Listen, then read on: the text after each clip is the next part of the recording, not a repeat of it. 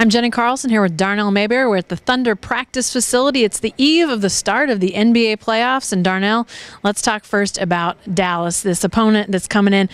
Same jerseys, but this looks like a different team, aren't they? Yeah, no J.J. Barea, no Tyson Chandler, no Caron Butler, no Deshaun Stevenson. A lot of turnover on this Mavs squad. But they're still dangerous. They still have a lot of experience in Dirk Nowitzki, Jason Kidd, Jason Terry, Sean Marion. These guys have been through playoff battles, so it's not going to be an easy series for the Thunder.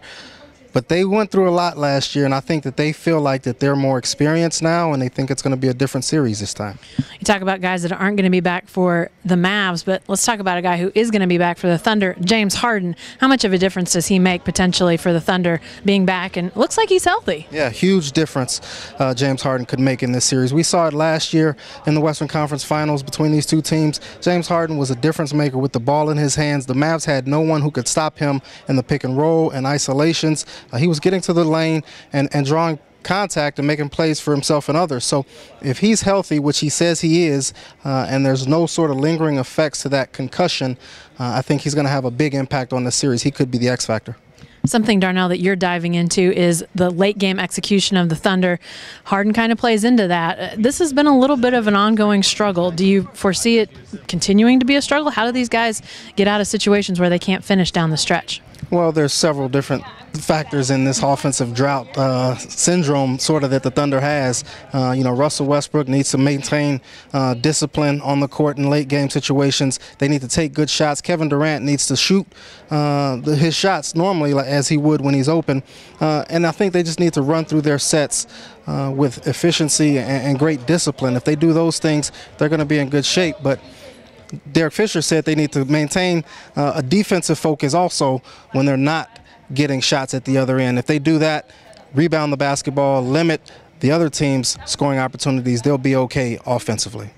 You've heard what we have to say. Now let's hear what the Thunder had to say about playing these Mavs. And playing these Mavs without Tyson Chandler, a pretty big force in the middle. There's no question Tyson's one of the best defensive bigs in the league. He's obviously has done a great job with New York and is one of the top defending bigs in the league. But Hayward is also a very unique player. He's a very strong low post player, and he protects the baskets in different ways. But we still have to look forward to getting good shots and be very intelligent in our drives and know when to pull up, know when to pass out of it.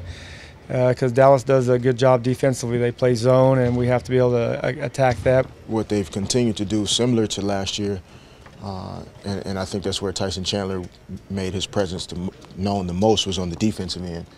And I think they've figured out a way, even without Chandler's protection at the basket, to still be a really solid defensive team. They're smart veteran players, and so they know how to defend the floor and take certain things away from teams. And I think they've still continued to do that this season. They get out to a slow start, but overall I think they've had a good season. And, this won't be easy. This is not something we can assume is going to happen positive for us. We have to come out and earn each game. I'm sure you're looking forward to getting out there and playing and seeing replays of actual plays you're making out there rather than getting elbowed in the head all the time. That's a great statement, man. Positive. Yeah, obviously I'm happy to get back on the court, help my teammates win basketball games.